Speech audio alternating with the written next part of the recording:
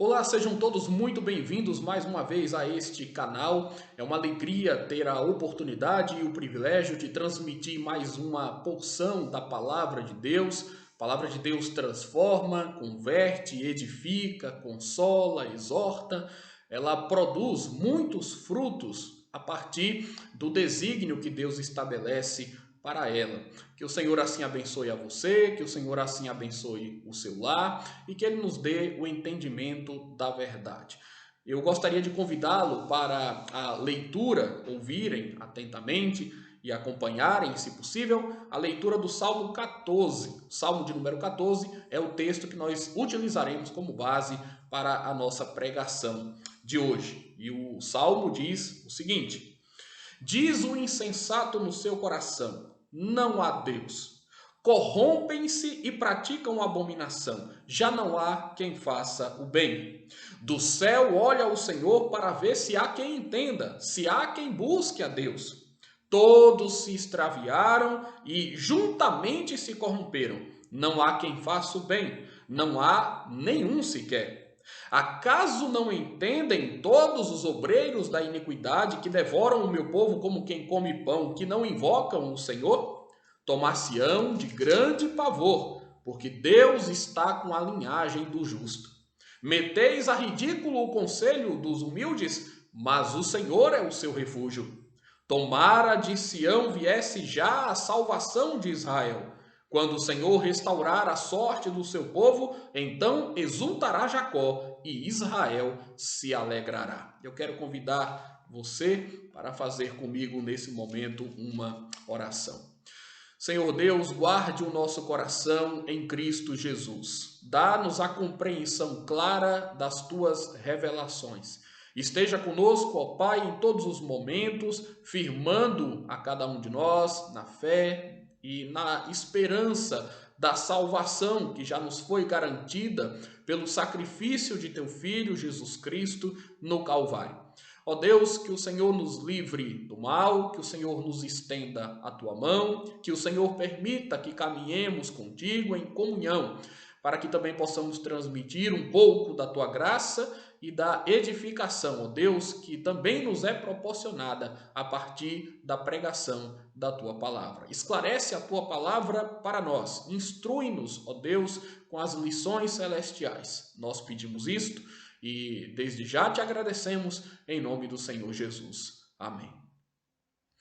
Conta-se que determinado camponês foi assolado num período bastante turbulento da história, em meio ao momento mais sanguinário da Revolução Francesa, quando um emissário ateu veio até ele, aproximou-se da sua casa humilde e disse: nós iremos queimar a sua casa, nós iremos queimar a sua Bíblia, nós iremos pôr abaixo a sua igreja e nós também tiraremos da sua mente a ideia de Deus. Nós iremos banir a concepção da ideia de Deus.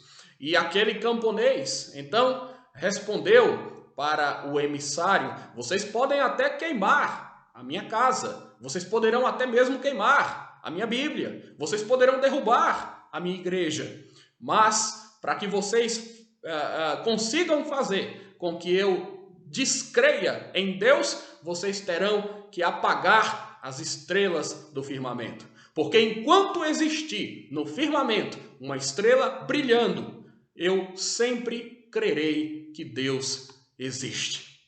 E de fato, essa é uma questão muitíssimo interessante, não é?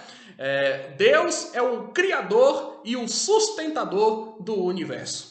Enquanto existirem os astros nos céus, os homens sempre poderão ter no seu coração a certeza, a convicção de que Deus existe. Porque os céus proclamam a glória de Deus e o firmamento anuncia as obras das suas mãos. As pessoas podem nos maltratar, podem nos fazer mal, podem tirar tudo que temos. E ainda assim, mesmo que estejamos diante do maior de todos os sofrimentos, da maior de todas as revoltas, da maior de todas as afrontas, nós ainda poderemos dizer: considerando a beleza da criação, considerando o funcionamento harmônico do universo, considerando a sabedoria de Deus e a perfeição do Senhor em tudo aquilo que Ele faz, considerando que os atributos de Deus podem ser perfeitamente vislumbrados pelos homens, nós ainda poderemos dizer, mesmo diante de todas as adversidades e de todas as angústias, que Deus certamente existe. De fato, Deus existe. Não há como negar isso.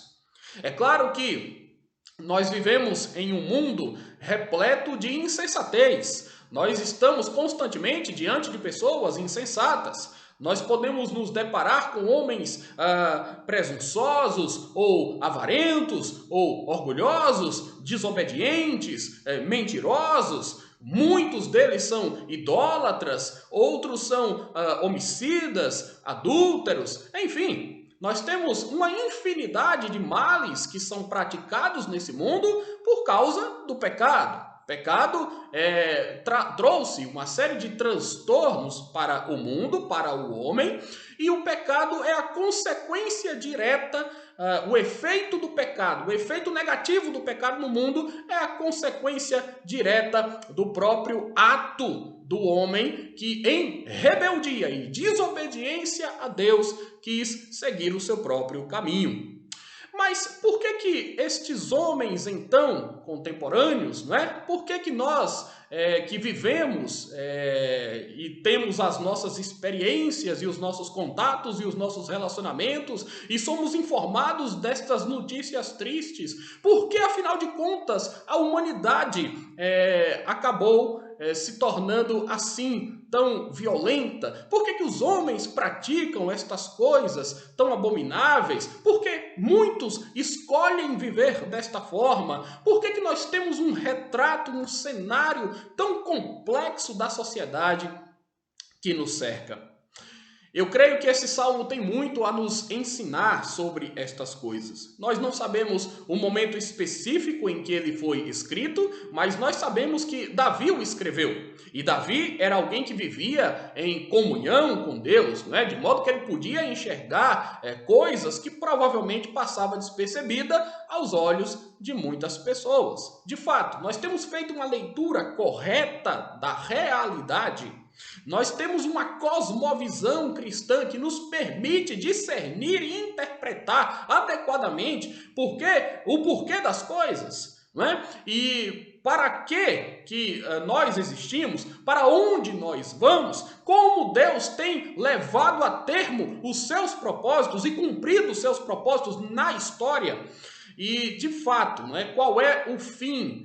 Qual é a finalidade de tudo aquilo que nos cerca? Esse salmo vai nos mostrar claramente que a justiça de Deus prevalece sobre a impiedade do homem. E esse é um ponto que eu gostaria de deixar muito claro desde já.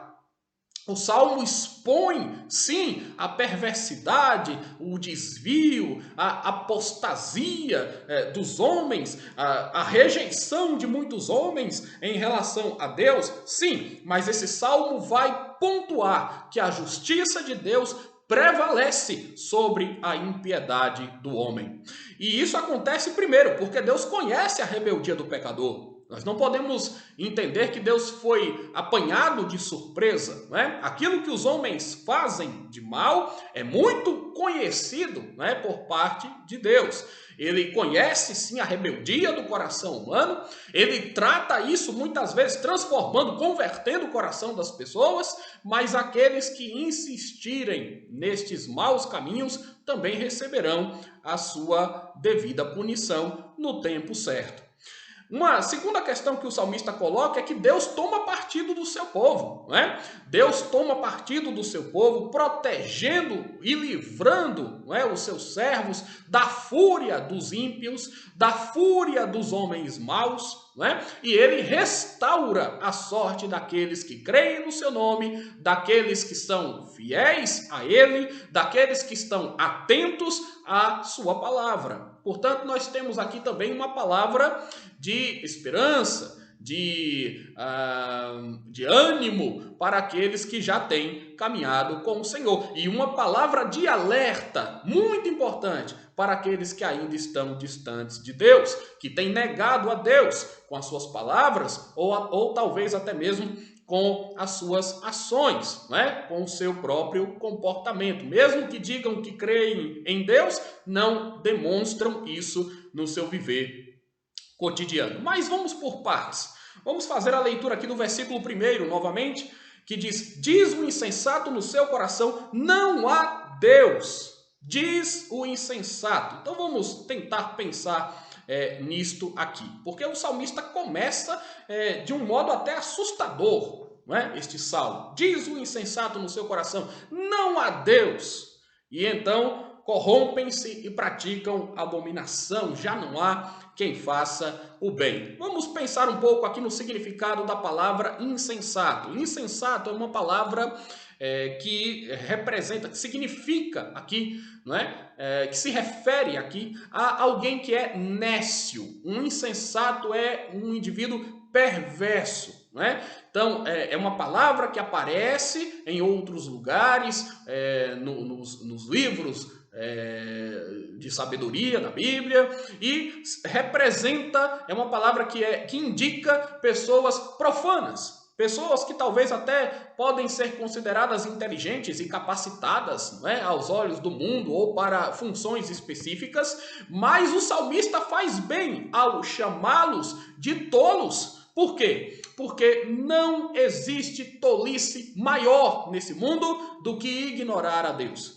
Não pode existir uma tolice maior na face da terra do que tentar viver a parte de Deus, do que rejeitar de uma forma consciente, não é? Com o coração endurecido, todas as verdades que são possíveis de nós tomarmos ciência acerca de Deus. Não há nada mais importante do que Deus. E, portanto, não há nada mais insensato, não há nada mais que simbolize melhor a tolice do que afastar-se de Deus ou viver como se Deus não existisse. Até porque não é possível racionalmente desconsiderar a Deus. Portanto, eu quero dizer desde já para você, você já deve ter ouvido falar que muitas pessoas se apresentam, não é, como se elas fossem ateias. Muitos homens se dizem ateus, mas o ateísmo, de fato, ele é irreal, ele não existe. É simplesmente impossível que alguém seja, de uma forma sincera, no fundo do seu coração e da sua consciência, um ateu, por assim dizer, né? Um completo descrente acerca de Deus. É impossível, racionalmente, negar a existência de Deus. E eu vou dar duas razões teológicas aqui para que você compreenda bem isto, né? Dois motivos. O primeiro motivo pelo qual não é possível que alguém seja ateu de fato, é claro que se alguém se anuncia assim, né, como cidadão no mundo, ele tem direito, né, de se dizer ateu. Nós não estamos tolhendo, não podemos tolher o direito de ninguém de anunciar-se dessa maneira. As pessoas são livres para dizer que tem um determinado tipo de fé ou outro tipo de fé, que frequentam, não é? E que são membros de um determinado segmento religioso, ou que têm uma denominação preferencial, ou até mesmo que elas não têm nenhum tipo de credo. As pessoas são livres para se manifestarem assim. Mas o que eu estou dizendo é que, teologicamente, de acordo com as informações que nós podemos extrair da Bíblia, é simplesmente impossível que alguém seja de fato, não é, no âmago do seu ser, um verdadeiro ateu, né? Por quê? Porque, primeiro, a Bíblia nos diz que Deus criou todos os homens à sua imagem e semelhança. Então, esse é um dos pontos importantes, né? Todas as pessoas, independente daquilo que elas fazem, dos erros que elas cometem, dos caminhos que elas seguem, das escolhas, todas as pessoas, mesmo aquelas que talvez você julgue serem pessoas moralmente muito condenáveis, todas as pessoas são imagem e semelhança de Deus. Porque o pecado certamente trouxe muita dificuldade, mas o pecado não eliminou.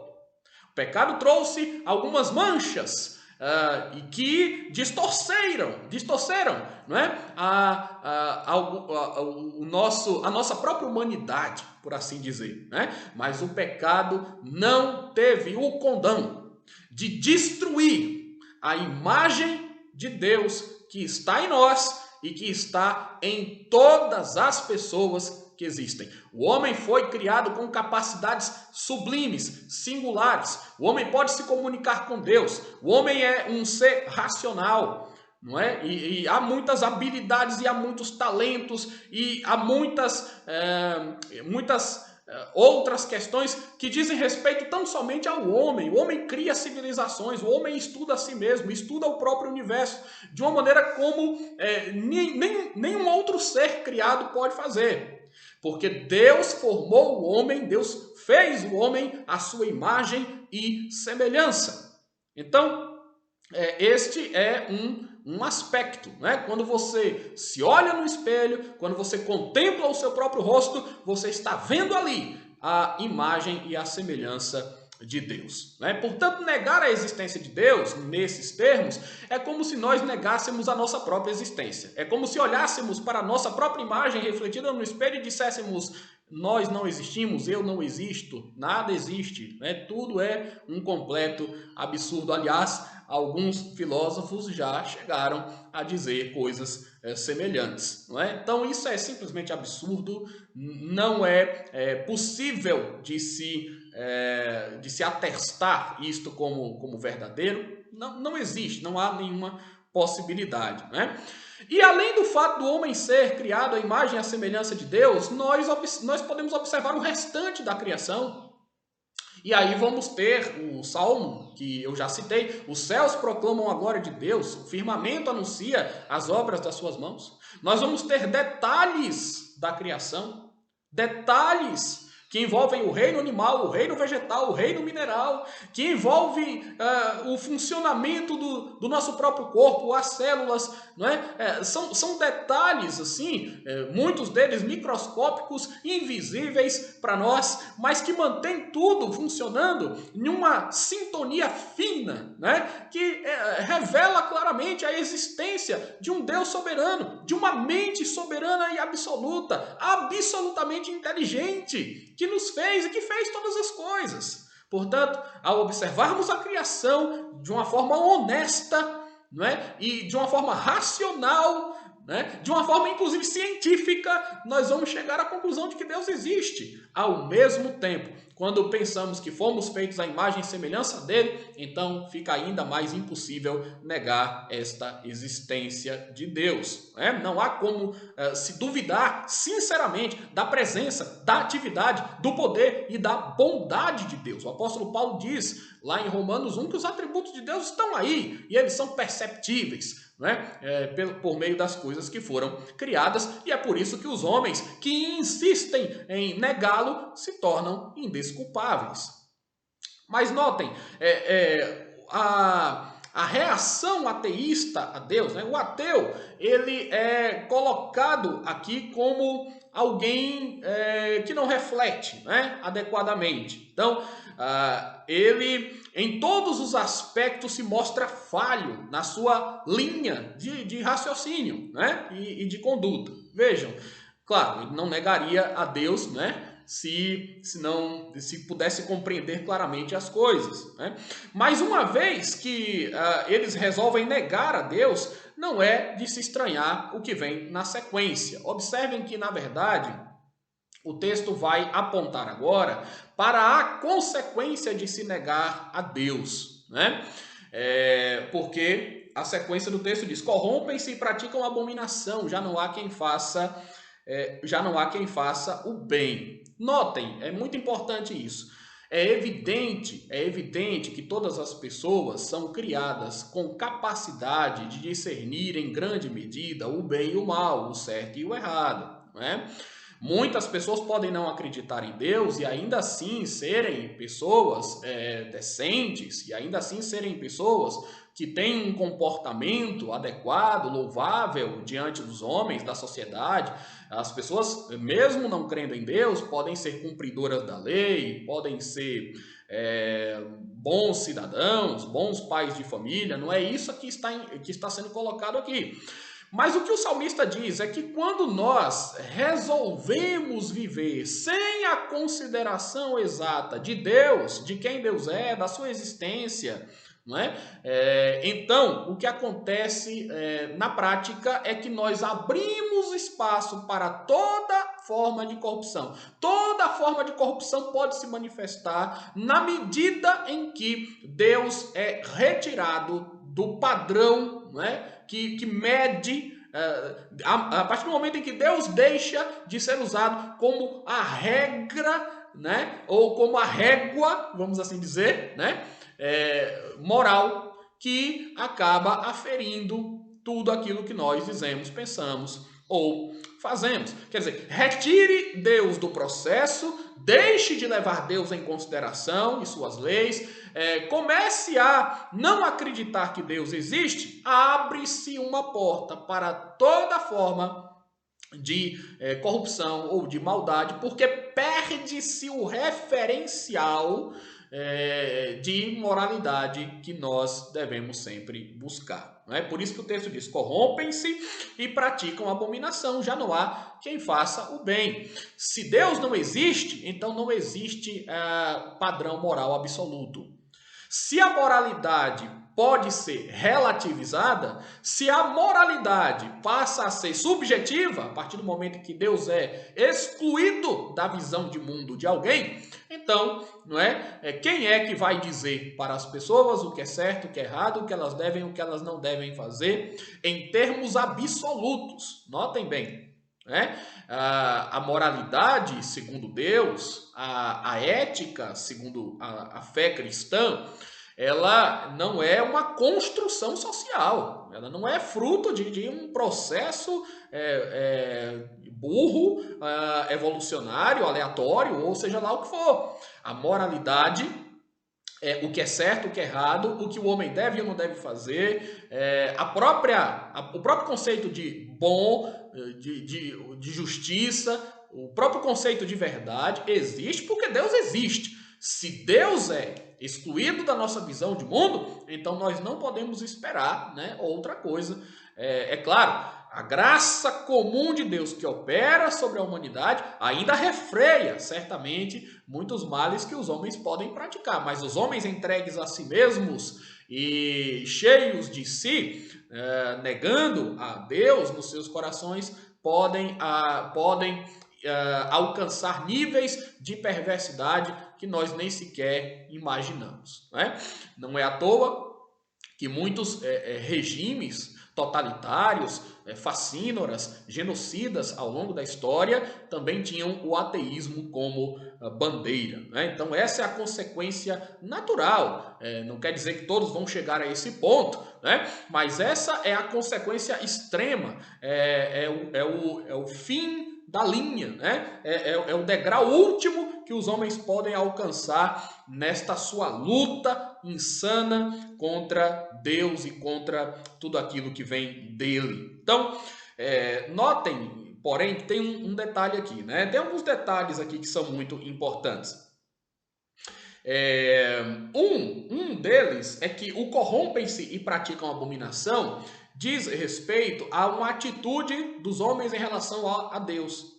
Corrompem-se e praticam abominação significa os homens se entregam aos pecados, aos prazeres, aos vícios. Os homens vão fazer aquilo que bem lhes agrada, aquilo que eles bem entendem. Imaginem como isso pode ser danoso socialmente. Tanto que na sequência ele também vai dizer: já não há quem faça o bem. Não há quem faça o bem significa que os homens também, nas suas relações interpessoais, acabam trazendo algum tipo de degeneração que traz também consequências e problemas diversos para os homens de uma forma geral, para a coletividade de uma forma geral. Então, corrompem-se e praticam abominação é uma negação de Deus, mas ao mesmo tempo já não há quem faça o bem, significa que estes homens já não conseguem se relacionar adequadamente com seus pares, com os seus semelhantes, não é?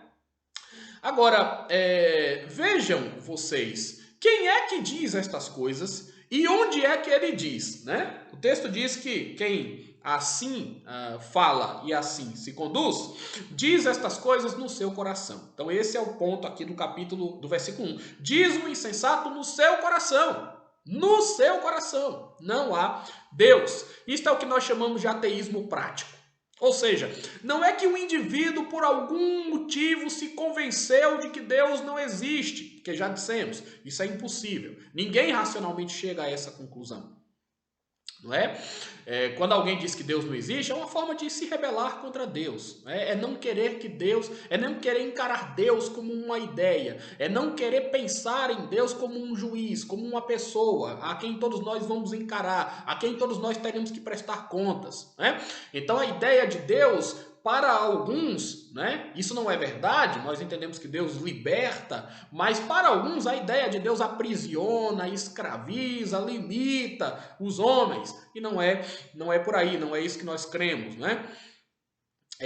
Mas observem aqui que esse indivíduo diz isso no seu coração. Diz o insensato no seu coração. Não há Deus, ou seja, talvez esta pessoa ou várias pessoas, né, não digam exatamente que Deus não existe ou tentem provar isso do ponto de vista filosófico acadêmico.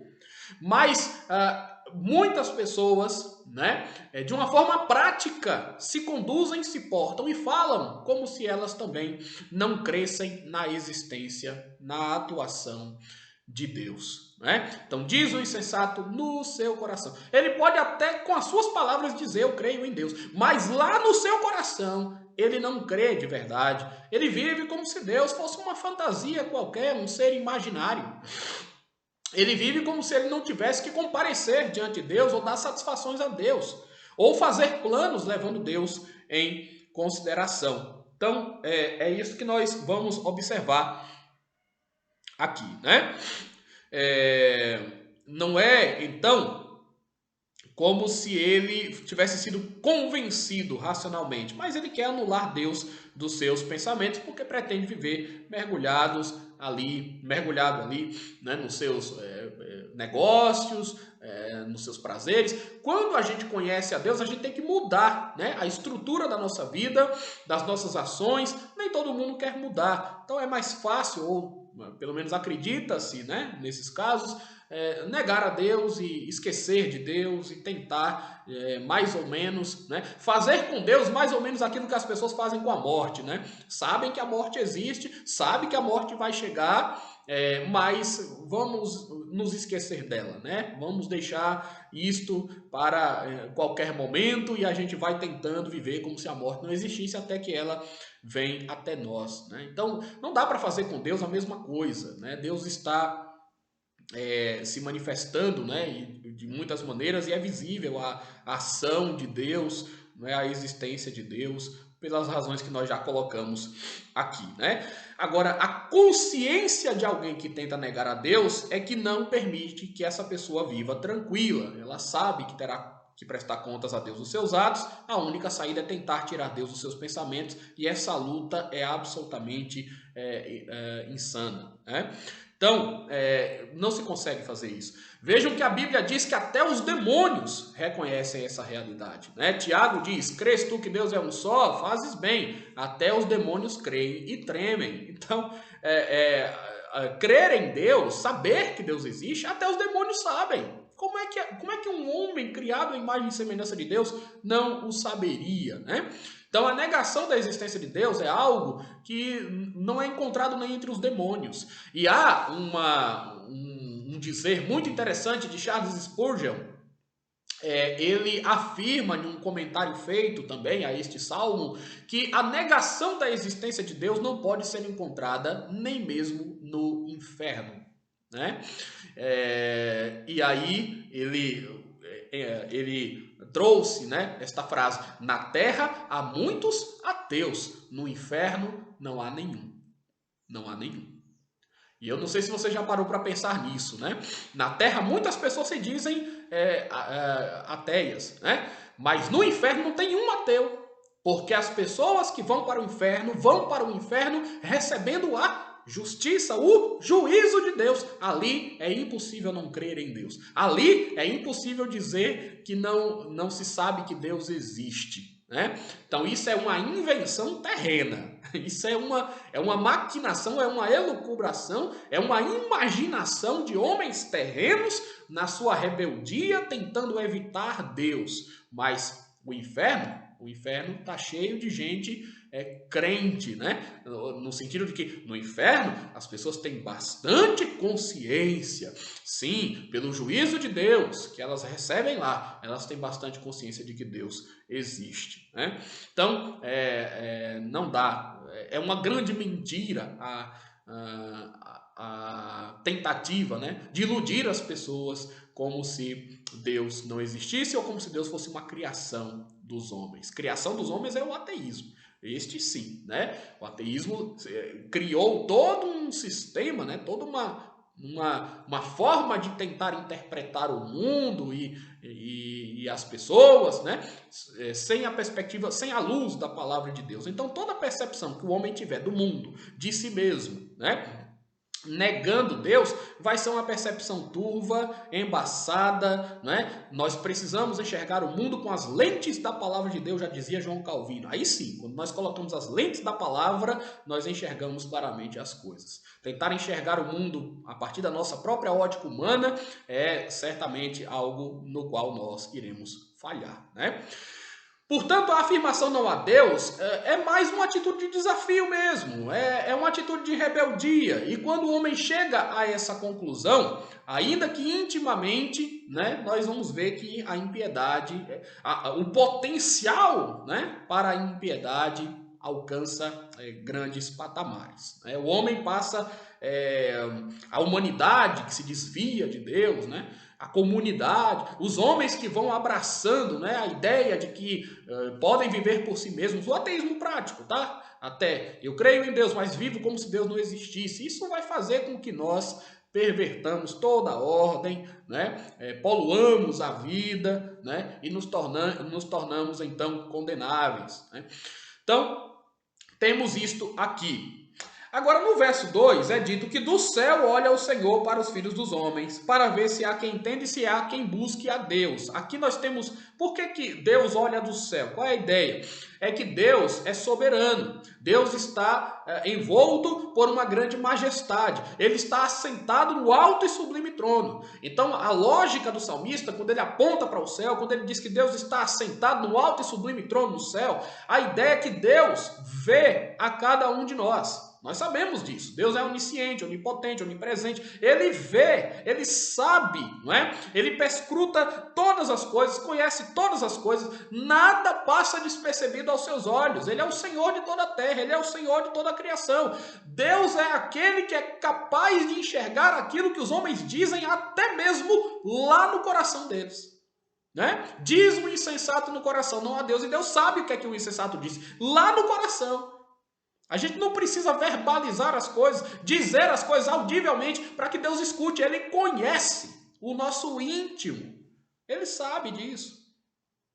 Então, quando nós refletimos sobre isso, nós somos convidados a nos desfazer de toda a nossa estupidez. Nós somos lembrados de que nós não podemos fugir daquele que reina soberano acima de todos nós. Mas a boa nova que nós temos aqui é que nós não precisamos fugir de Deus. Não precisamos. Na verdade, nós nem podemos, né? Mas também não precisamos, né? Há uma solução que Deus nos oferece para o problema do mal moral. Há uma solução que Deus oferece para o problema espiritual no qual os homens se encontram, né? Para esse abismo que separa Deus e os homens. Nós sabemos muito bem disso. O Evangelho, o conteúdo do Evangelho nos traz a solução para esse problema. Mas antes de falarmos sobre isso mais diretamente, vejam que o verdadeiro entendimento aqui consiste em buscar a Deus. Não é por acaso que o salmista diz para ver se há quem entenda. Deus olha para ver se há quem entenda, se há quem busque a Deus. Não é? O que o salmista está fazendo é associar uma coisa com a outra. Ele está dizendo que o verdadeiro entendimento consiste em buscar a Deus. né? E não em fugir dele. Então, isso aqui é meio que sinônimo, né? Para ver se há quem entenda, se há quem busque a Deus. Quem entende é quem busca a Deus, né? Então, os homens que conseguem compreender esta verdade são aqueles que efetivamente, de forma consciente, estão buscando ao Senhor, né? A menos que os homens se devotem totalmente a Deus, eles não poderão ser considerados verdadeiramente sábios, né? Nós temos muitas pessoas capazes, inteligentes nesse mundo. Nós temos pessoas que alcançam destaques em muitas áreas, né? Nós temos pessoas que atingem níveis assim elevadíssimos de aperfeiçoamento, né? de precisão nos seus estudos, nas suas técnicas, né? Nós temos pessoas que estão cheias de diplomas, talvez, enfim, mas o que o texto está dizendo é que o verdadeiro entendimento consiste em buscar a Deus. E se alguém não busca a Deus, ele pode ter muitas coisas boas, interessantes para oferecer, mas certamente ele não terá o entendimento, não é? O entendimento que persiste, né? O entendimento que na verdade faz toda a diferença, né? O entendimento que vai ecoar para a eternidade. Ele não possui aí o entendimento que vai trazer para ele paz, segurança, alegria. Então, é isso que nós podemos observar aqui. Mas como podemos buscar a Deus se o texto diz que não há nenhum justo, né? O verso 3 é enfático: todos se extraviaram, juntamente se corromperam, não há quem faça o bem, não há nenhum sequer. O texto é enfático nisso, né? Todos se extraviaram, todos se corromperam, não há quem faça o bem, não há nenhum sequer. É claro, o salmista aqui ele não está falando de um único indivíduo, né? Ele não está falando de uma única pessoa. Isso aqui na revelação de Deus nos diz algo mais profundo, né? Quando Paulo interpreta este salmo, escrevendo a sua carta aos Romanos, ele vai um pouco mais longe, né? Ele vai nos dizer qual é o sentido exato destas palavras, né? E aí nós vamos entender que quando a Bíblia se pronuncia dessa forma, ela não está se referindo a uma única pessoa, mas a todos os homens, a humanidade inteira, né? O apóstolo Paulo está falando de si mesmo, está falando de mim, de você, está falando de nós. Nós vivíamos assim, né? Distantes de Deus, descrendo em Deus, rebelados contra Deus, dizendo em nosso coração que não há Deus, sendo uma espécie de ateus práticos, né? Mas vejam vocês, lá em Romanos capítulo 3, do verso 9 ao 12, que se conclui: temos nós qualquer vantagem? Não, de forma nenhuma, pois já temos demonstrado que todos, tanto judeus como gregos, estão debaixo do pecado. Como está escrito, não há justo nenhum sequer, não há quem entenda, não há quem busque a Deus. Todos se extraviaram, a uma se fizeram inúteis, não há quem faça o bem, não há nenhum sequer. Né? Então, aqui há uma citação deste salmo, um pouco mais adiante, então lá em Romanos capítulo 3, né? E Paulo está dizendo que tanto judeus como gregos, né? Quer dizer, todos os homens e todas as nacionalidades, etnias, todos os homens pecaram, se afastaram de Deus. Isso é uma realidade universal. O pecado é uma realidade universal. A quebra da comunhão com Deus veio como consequência para todos nós. Ao mesmo tempo, a graça e a salvação que Deus oferece através de Jesus Cristo para os homens, né? Independente também das suas etnias, né? Das suas nacionalidades, independente do fato de eles serem judeus ou gentios, não é? Então nós temos estas questões aqui colocadas. Agora, algo que também precisa ser dito, até para o bem, né? Para o seu bem e para a possibilidade de salvação que Deus oferece. Nós não podemos nos considerar de antemão justos. Se você até agora se considerou justo, se você até agora se considerou bom, né? Então muitas pessoas dizem: eu sou bom, eu sou justo. Ora, você está redondamente enganado, biblicamente enganado, né? Muitas pessoas pensam que tem uma bondade própria, que tem uma luz própria, que tem um mérito próprio, e nós não temos. Vejam o cenário, vejam o que a Bíblia está dizendo sobre nós aqui. Todos se corromperam, todos se afastaram de Deus. Não há nenhum que pratique o bem. ou que seja considerado justo, né? A Bíblia vai dizer isso. Não há de fato nenhum mérito em nós mesmos. Qualquer coisa que exista em nós é fruto de uma obra, né? De um resultado da graça divina que opera em nós. Então, essa é uma outra notícia boa, uma boa notícia que nós temos, né? Você não pode se aproximar de Deus por si mesmo, mas Deus providenciou o meio para isso. E o meio para que você se aproxime de Deus, receba perdão, receba salvação, receba paz, chama-se Jesus Cristo. Romanos capítulo 3, seguindo, vejam, eu li alguns versículos anteriores, mas agora indo um pouco mais à frente, lá em Romanos capítulo 3, do verso 21 ao verso 26, diz assim: mas agora sem lei se manifestou a justiça de Deus, testemunhada pela lei e pelos profetas. Justiça de Deus mediante a fé em Jesus Cristo para todos e sobre todos os que creem, porque não há distinção, pois todos pecaram e carecem da glória de Deus, sendo justificados gratuitamente por sua graça, mediante a redenção que há em Cristo Jesus, a quem Deus propôs pelo seu sangue como propiciação, mediante a fé, para manifestar a sua justiça, por ter Deus, na sua tolerância, deixado impunes os pecados anteriormente cometidos, tendo em vista a manifestação da sua justiça no tempo presente, para ele mesmo ser justo e o justificador daquele que tem fé em Jesus. Então, todos pecaram e carecem da glória de Deus, mas em Cristo Jesus, né, nós somos justificados. Essa é a resposta que a Bíblia tem para esse grande problema do mal. Essa é a resposta da Bíblia para o grande problema do pecado, para a apostasia dos homens, para a rebelião dos homens, para a violência dos homens, para a negação de Deus, o ateísmo dos homens. A resposta da Bíblia é: olhem para Jesus Cristo, arrependam-se dos seus pecados, creiam em Deus e vivam nele, por ele, para a glória dele.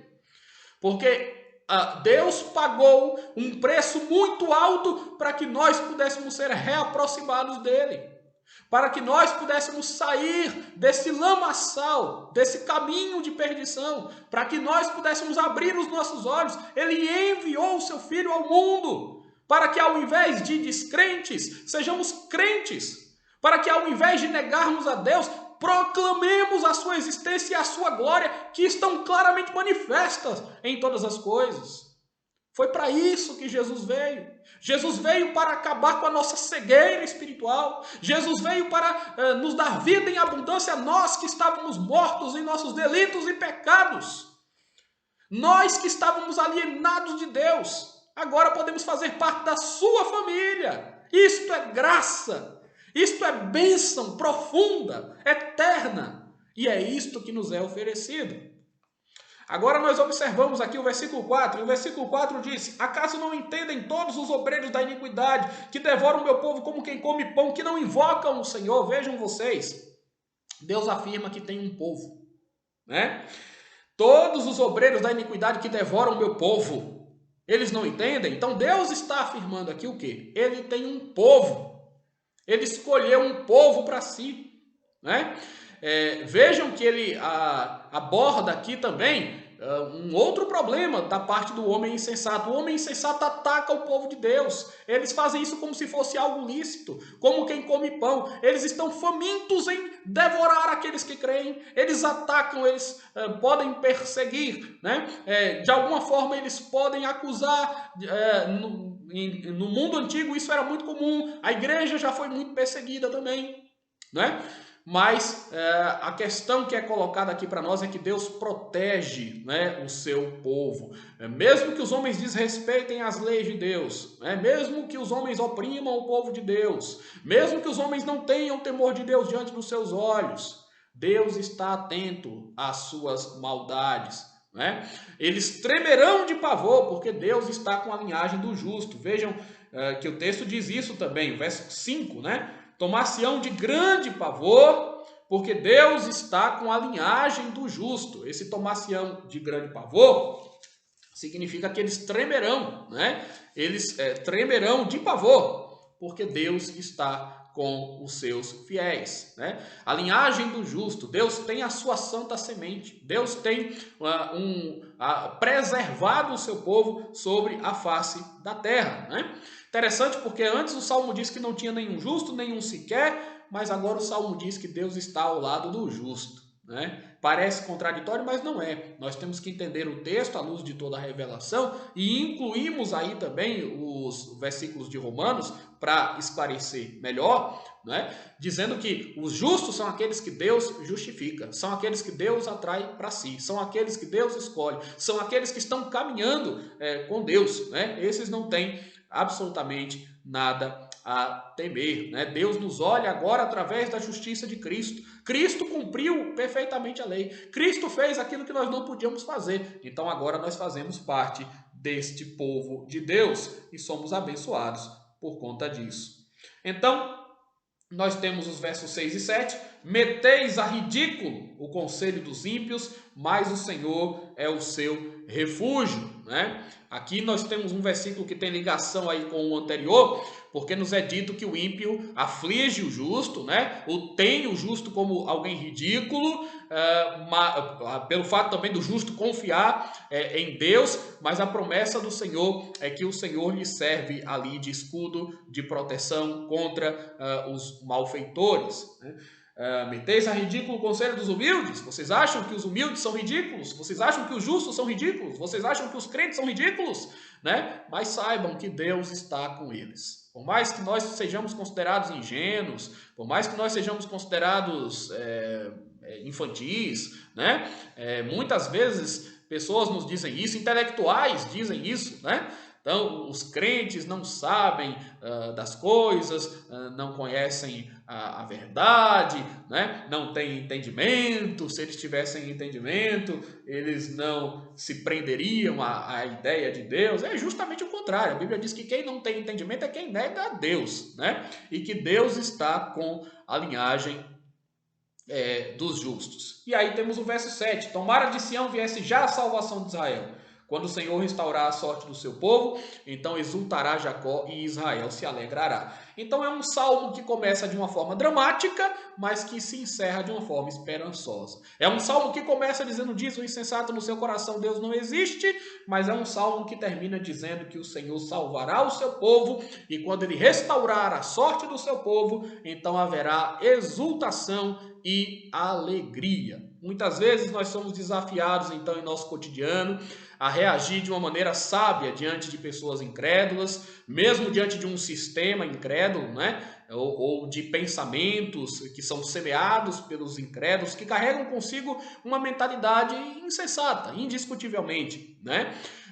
Muitos simplesmente eliminam ou tentam eliminar Deus do seu processo de raciocínio, do seu viver diário, tentam ignorar o Criador como se isso fosse possível, né? Como se o indivíduo pudesse ser completamente autônomo, independente, livre da ideia de Deus. Não há necessidade disso, não há porquê essa luta, né, totalmente insuperável, que vai trazer mais desgaste e sobrecarga emocional, porque não vai resolver nada. Deus existe, Ele está aí, não adianta negá-lo, tapar os olhos, né? Tapar os ouvidos. Deus existe, Ele nos pedirá conta de nossos atos. Jesus Cristo virá também, né? O ateísmo professado intelectualmente, né, é uma grande mentira. O ateísmo, que algumas pessoas praticam, o ateísmo prático, é extremamente danoso. Vamos buscar outras coisas, né? É preciso também que todos atentem para o fato de que Deus é soberano. Ele vê, Ele está no céu, Ele vê, conhece, coração, mente, consciência, né? Ninguém consegue enganá-lo. Ninguém consegue, né? Aliás, seríamos muito nécios se realmente tentássemos isso. Ele nos criou, Deus nos criou à sua imagem e semelhança, criou tudo que existe no universo, né? Tudo que está aí. Então os homens precisam desesperadamente de Deus. Precisam desesperadamente de Deus, da sua graça, da sua misericórdia. Não se engane. Não existe a menor possibilidade de alguém se achegar a Deus sem a sua benignidade, né? De alguém ser salvo pelos seus próprios méritos. Os méritos são sempre do Senhor Jesus Cristo, que nos tira do cativeiro do pecado, né? Que nos traz conforto, esperança, salvação, júbilo. Ele é o nosso refúgio. É nele que nós exultamos. Vamos levar isso em consideração, então. Vamos entender que a justiça de Deus prevalece sobre a impiedade dos homens. Vamos ser fervorosos de espírito e vamos ser racionais também, né? Porque tanto pela razão quanto pela fé fica muito claro. Deus existe e nós precisamos dele. Que o Senhor assim nos abençoe.